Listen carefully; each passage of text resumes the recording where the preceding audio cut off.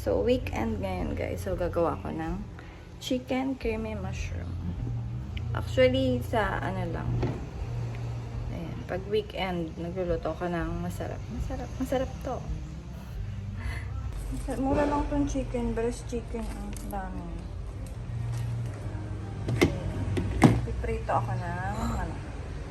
Piprito ko muna to. Season with salt and pepper lang ko siya.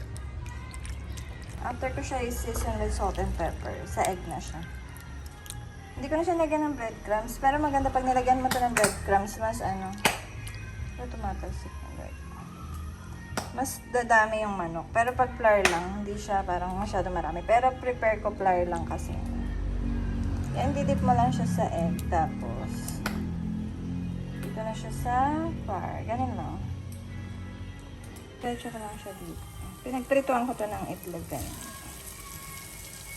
So, ganito siya pag naprito. Ito is first batch chicken. So, sa creamy sauce naman, ito, nagsatay lang ko dito ng onion and garlic. Tapos, nilagyan ko na ng mushroom. Tapos, niluto ko lang siya saglit. And then, nag-add na rin ako dito ng ebap milk. Isang ebap lang to na malaki. Parang ano, good for 4 na rin tong niluto ko. And tapos naglagay na ako ng cornstarch para habang hindi pa masyadong, di ba mainit, nag-ano na siya. Hindi siya mamomoo. So yun, hinalo-halo ko na siya dyan. Tapos nag-add ako ng cheese. Ang gamit ko dito, quick melt cheese. Pero any cheese naman, pwede mong gamitin. Kagandahan lang dito sa quick melt cheese ay parang iba lang yung ano niya. Kasi parang magkaiba sila ng ano. Yung ordinary cheese, gano'n. Tapos yun, ano na lang, salt and pepper to taste. Then, nilagay ko na dito yung prinito kong manok. Okay ka lang?